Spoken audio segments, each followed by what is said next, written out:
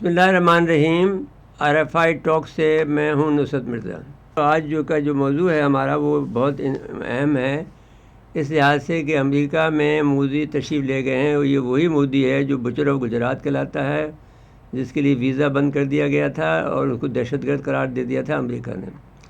اب مودی دوسری مرتبہ وہاں امریکہ گئے ہیں اور ان کو وہاں کانگریس میں تقریر کرنے کا موقع ملا ہے، اور اس سے پہلے جو بائیڈن سے جو ملاقات ہوئی ہے تو جو بائیڈن نے ان کی خوشامد میں پاکستان سے ڈو مور کا مطالبہ کیا ہے، اور یہ کہا ہے کہ پاکستان جو دہشت گرد کے اڈے ہیں پاکستان میں، بقول ان کے جو کہ جھوٹے ہیں اور جھوٹا الزام لگا رہے ہیں، وہ ان کو بند کرے، اور ان کو جو کہ اس میں کئی جو واقعات ہیں جو انہوں نے انڈیا نے خود بنائے ہیں، اس کو وہ ان کو سزا دے اس کے جرم میں۔ تو یہ ایک تو پہلے تو ہم اس کو مکمل طور پر رد کرتے ہیں، اور اس پر جو بیان آیا ہے ہمارے وزیر دفاع کا، اس نے کہا کہ ہم 40 سال تک جو ہے امریکہ کے لیے لڑتے رہے، اور آج بھی امریکہ کے اتحادی ہونے کی سزا بھگت رہے ہیں۔ وقت کی ضرورت ہے کہ چین اور روس سے تعلقات مضبوط کیے جائیں۔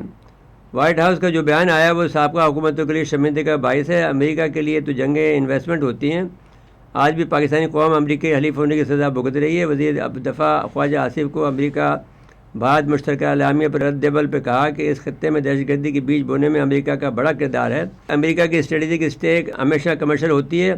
ہم امریکہ کے 40 سالی جنگ لڑ رہے ہیں۔ امریکہ نے اس خطے میں 40 سال میں 2 ناکام مداخلت کی۔ امریکہ کی ورثے میں چھوڑی ہوئی دہشت گردی کا آج بھی پاکستان مقابلہ کر رہا ہے۔ پاکستان کو جغرافیائی لحاظ سے چین اور روس اور پڑوسی تعلقات مضبوط بنانے چاہیے، یہ انہوں نے مطالبہ کیا۔ اس سے پہلے کہ میں اپنے خیالات کا اظہار کروں، میں یہ چاہتا ہوں کہ یہ جو مشترکہ جو بیان ہے امریکہ اور بھارت کا، اس پر دفتر خارجہ کا جو سخت رد عمل آیا ہے وہ بھی آپ کے سامنے بیان کر دوں، اور اس کے بعد میں پھر میں اپنا تبصرہ کروں گا۔ انہوں نے کہا ہے کہ مشترکہ اعلامیہ میں پاکستان کا حوالہ غیر ضروری اور گمراہ کن ہے۔ مشترکہ بیان سے متعلق حیران ہیں کیونکہ پاکستان نے امریکہ سے مل کر دہشت کے خلاف کامیاب جنگ لڑی ہے۔ یک طرفہ موقف کی توثیق سے گریز کرنا چاہیے۔ مشترکہ بیان میں کہا گیا ہے کہ دہشت گردی کے خلاف جنگ کے بین الاقوامی عزم کو کس طرح مضبوط کر سکتا ہے۔ پاکستان نے دہشت گردی کے خلاف جنگ میں بے مثال قربانیاں دی ہیں، جانوں کو نذرانے پیش کیے ہیں۔ ہمارے قانون نافذ کرنے والے اداروں اور مسلح افواج نے ایک مثال قائم کی ہے۔ بھارت مقبوضہ کشمیر میں وحشیانہ ظلم اور اقلیتوں کے ساتھ ناروا سلوک سے توجہ ہٹانا چاہتا ہے۔ مشترکہ بیان بھارت کی مقبوضہ کشمیر میں انسانی حقوق کی سنگین صورتحال کا نوٹس لینے میں ناکامی ہے۔ بھارت کو جدید فوجی ٹیکنالوجی کے منتقلی پر گہری تشویش ہے۔ ایسے اقدامات خطے میں فوجی عدم توازن کو بڑھا رہے ہیں، یہ جنوبی ایشیا میں پائیدار امن کے مقصد کے حصول میں غیر مددگار ہیں۔ اس کے بعد میں ہم یہ بات بھی کہنا چاہتے ہیں کہ نریندر مودی کے دورہ امریکہ کے دوران واشنگٹن پوسٹ نے بھارت کے صحافیوں اور میڈیا کے لیے انتہائی خطرناک ملک قرار دیا۔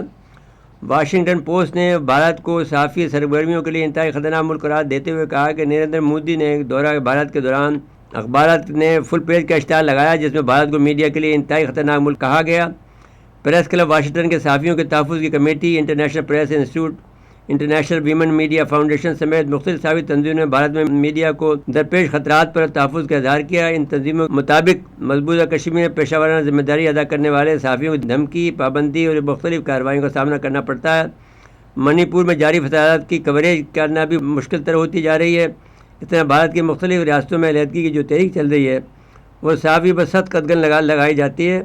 بھارت دنیا کی سب سے بڑی جمہوریت کہلاتا ہے، لیکن جمہوری اصولوں اور خصوصاً میڈیا کی آزادی کے عالمی قوانین کی خلاف ورزی کر رہا ہے۔ اس کے علاوہ بھارت کا جو مشترکہ بیان ہے اس کے پر جو دفتر خارجہ کا بیان ہم نے آپ کو پڑھ کے سنا دیا ہے۔ اب میں اس پر تبصرہ کرنا چاہتا ہوں، وہ ایک بات یہ کہنا چاہتا ہوں کہ بھارت اور امریکہ کے درمیان میں جو تعلقات بڑھا رہے ہیں وہ ایک تو اس کی وجہ یہ ہے کہ امریکہ ہمیشہ اس ملک کا ساتھ دیتا ہے کہ یہ مستقبل میں اس کے کسی کام آئے گا۔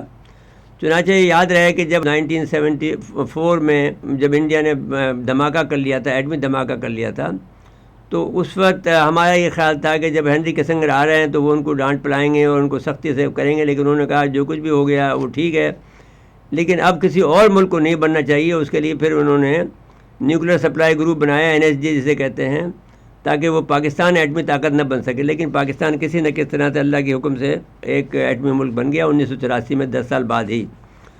تو اس کے بعد میں وہ وجہ یہ تھی کہ وہ اس وقت افغانستان کے اندر مشغول تھا اور ہم سے کام لے رہا تھا، اور روس کو شکست دینا چاہتا تھا. وہ چاہتا یہ تھا کہ اگر وہ ایک دفعہ سنگل سپر پاور بن جائے تو پھر بعد میں پاکستان سے بھی نمٹ لیں گے.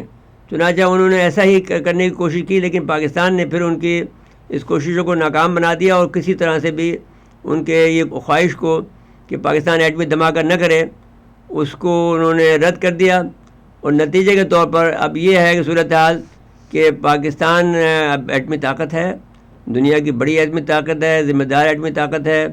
اور آپ یہ دیکھیں تو ہم یہ بات کہہ سکتے ہیں کہ پاکستان نے ان تمام اشتعال انگیزیوں کے باوجود جو کشمیر میں کر رہا ہے، جو اس نے ہمارے ملک کے اندر ایک میزائل پھینک کے کیا، اس کے باوجود بھی ہم نے ایٹمی ذمہ داری کا مظاہرہ کیا. اور لیکن ہم اس پوزیشن میں ہیں جیسا کہ خالد احمد کدوایی صاحب، سابق لیفٹیننٹ جنرل، اور جو ایس پی ڈی کے اسٹریٹجک پلانس ڈویژن کے جو سربراہ ہیں، انہوں نے بجا طور پر یہ کہا کہ انڈیا کے ہمارے پاس جو طاقت اب ہے موجود ہے، وہ انڈیا کا کوئی چپا ہماری نظروں کے سامنے ہے، اور ان کا جو ایٹمی جہاں پر بھی اسلحہ میں رکھا ہوا ہے وہ کوئی بھی ہماری نظروں سے اوجھل نہیں ہے. جو دوسرے معاملات ہیں، جو امریکہ کے جو دانشور ہیں وہ یہ کہہ رہے ہیں کہ امریکہ کے اور بھارت کے درمیان میں جو امریکہ غلطی کر رہا ہے وہ درمیان میں کبھی بھی اتحاد نہیں ہو سکتا ہے، اس لحاظ سے کہ امریکہ کے اور انڈیا کے عزائم مختلف ہیں.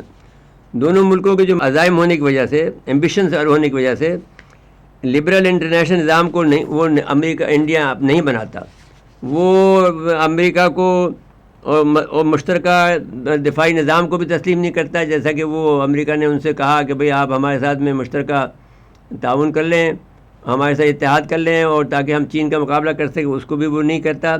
لیکن وہ امریکہ سے جدید ٹیکنالوجی کے حصول کے لیے اپنی تمام کاوشیں اختیار کرتا ہے، جیسا کہ ابھی بھی انہوں نے امداد لی ہے امریکہ سے، تاکہ وہ اپنی معاشی اور ملٹری طاقت کو بڑھا لے. پھر تہذیبی معاملہ بھی، تہذیبی تعاون بھی دونوں ممالک کے درمیان میں عدم اتفاق ہے. انڈین لوبڑیوں جیسی عیاری سے آراستہ ہیں، وہ امریکہ سے فائدہ اٹھا سکتے ہیں. اس سلسلے میں کسی کی وہ مدد نہیں چاہتے، بلکہ ان سے فائدہ اٹھانا چاہتے ہیں. خود یہ اس بات کے تسلیم جو ہے وہاں کی ایک دانشور ہیں برکا دت، اینکر بھی ہیں، ٹی وی اینکر بھی ہیں، ND TV کو وہ اپنا پروگرام کرتی ہیں. انہوں نے یہ کہا کہ سوری امریکہ، ہم آپ کے کبھی دوست نہیں بن سکتے ہیں. انہوں نے یہ بھی کہا کہ اگر مودی رہتا ہے یا نہیں رہتا ہے یا کوئی بھی آتا ہے، وہ بھی اسی پالیسی پر عمل درآمد کرے گا کہ امریکہ کا آپ کا طرفدار نہیں ہوگا، آپ کا کوئی الائی نہیں ہوگا، آپ کا دوست نہیں بنے گا. تو یہ جو صورتحال ہے، امریکہ اپنا وقت ضائع کر رہا ہے، لیکن اب اور سارا کام اپنے خلاف کام کر رہا ہے. دونوں ممالک غلطی کر رہے ہیں، یہ تمام ممالک غلط کر رہے ہیں. بھارت کو وہ جانتے نہیں ہیں کہ بھارت جو ہے وہ 800-850 سال تک غلام رہا ہے. یہ بالکل ایسا ہی ہے جیسا کہ ایک دبا ہوا اسپرنگ ہو جو کہ 800 سال 850 سال تک دبا ہوا رہا ہو، اور ایک دم سے اگر اس کے اوپر سے پریشر چھوڑ دیا جائے تو ایک دم سے اٹھ کر اوپر آتا ہے اور جو چیز ہوتی ہے اس کو گرا دیتا ہے. تو میں یہ سمجھتا ہوں کہ وہ جو اس کا ہدف ہے وہ ایک عظیم طاقت ملک بننے کا ہے، ایک سپر پاور بننے کا ہے. اس کے بعد $600 بلین کا جو جمع پونجی ہے، وہ یہ دیکھیں، یہ ایسی بات نہیں ہے کہ جب مغلوں کے دور کے اندر بھی یہ سونے کی چڑیا مانا جاتا تھا اور GDP دنیا کا سب سے بڑا GDP انڈیا تھا.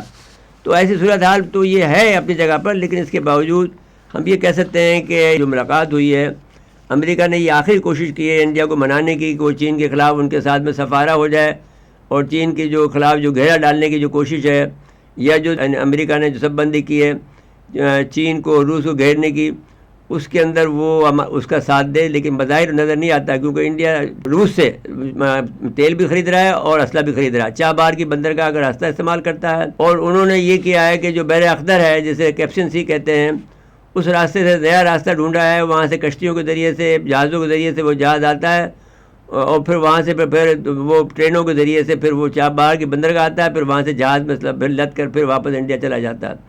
اسی طرح سے وہ چین کو بھی وہ اپنا تیل بیچ رہا ہے، کیونکہ اس کی تیل کی جو صنعت ہے جو کہ امریکہ نے یورپ کو بند کر دی تھی، کہ اب جو تیل پر جو روس کا انحصار ہے، 80% جو معیشت ہے روس کی وہ تیل پر اس کا انحصار کرتی ہے.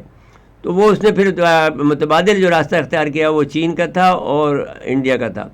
اب دونوں صورتوں میں وہ انڈیا اب روس کی مدد کر رہا ہے جو ان کا دشمن ہے. یوکرین میں جنگ جاری ہے. اب وہ چاہتا ہے کہ اسٹیٹ آف تائیوان جو ہے، خلیج تائیوان جو ہے، وہاں پر جنگ ہو جائے اور ساؤتھ چائنا سی میں جنگ ہو جائے. وہ اس سے وہ چاہتا ہے کہ اس کو گھیرے چائنا کو، لیکن وہ چاہتا یہ بھی ہے کہ وہ ایک وقت میں جنگ شروع نہ کرے۔ اگر وہ جنگ شروع کرنا چاہتا ہے تو اس کے یہی معنی ہوں گے کہ وہ ایک عالمی جنگ کا راستہ تلاش کر رہا ہے اپنی بالادستی کو بحال کرنے کے لیے۔ اب سوال یہ پیدا ہوتا ہے، ایک طرف عالمی بالادستی ہے اور دوسری طرف دوسرے ممالک بقا کا سوال ہے۔ اب سوال یہ ہے کہ اس تمام جنگ میں کون جیتے گا، یہ آنے والا وقت ہی بتائے گا۔ ناظرین کرام، اس کے بعد اجازت لیتے ہیں۔ اللہ حافظ۔